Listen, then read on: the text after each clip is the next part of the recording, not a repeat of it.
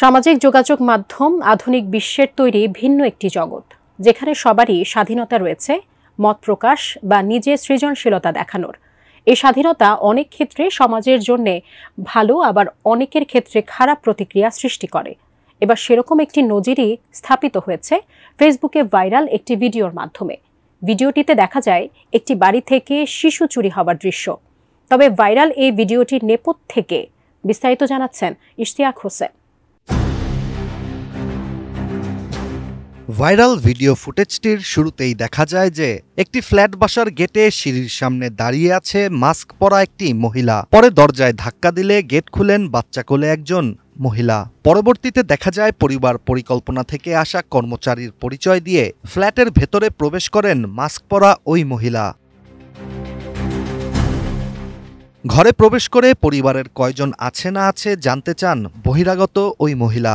পরে জাতীয় নাগরিক পরিচয়পত্র লাগবে বলে জানানো হলে বাচ্চার মা বাচ্চাকে রেখে ভেতরে এনআইডি কার্ডটি আনতে যান। ঠিক তখনই সুযোগ পেয়ে মাস্ক পরা মহিলাটি বাচ্চাকে কোলে করে নিয়ে ঘর থেকে পালিয়ে যান। পরবর্তীতে ঘরের মানুষজন বাচ্চা খুঁজতে থাকলেও তাকে আর ঘরে খুঁজে পাওয়া যায় না। ফলে বাচ্চাটির মাকে জ্ঞান হারিয়ে ফেলতে দেখা যায়।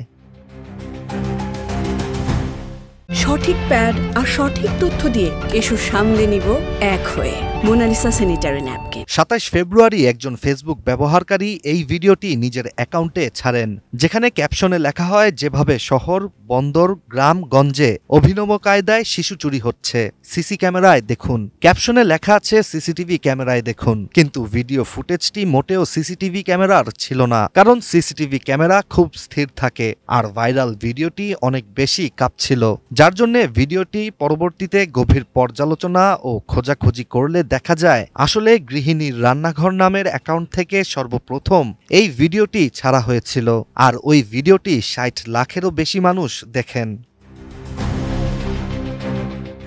মূলত এই ভিডিওটি সচেতনতা তৈরির লক্ষ্যে পূর্ব পরিকল্পনা করেই তৈরি করা হয়েছিল, ফলে বাস্তবে কোনো শিশুই চুরি হয়নি, যা নিয়েই রীতিমতো সামাজিক যোগাযোগ মাধ্যমে তোলপাড়। গৃহিণীর রান্নাঘর অ্যাকাউন্টটি একটি ডিজিটাল ক্রিয়েটর অ্যাকাউন্ট, যেখানে এমন আরও বেশ কয়েকটি সচেতনামূলক ভিডিও পাওয়া যায়।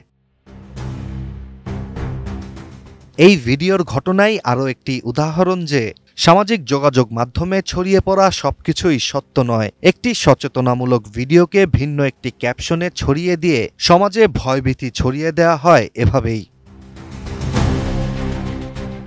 Ishtiaq Hossain, ATN news.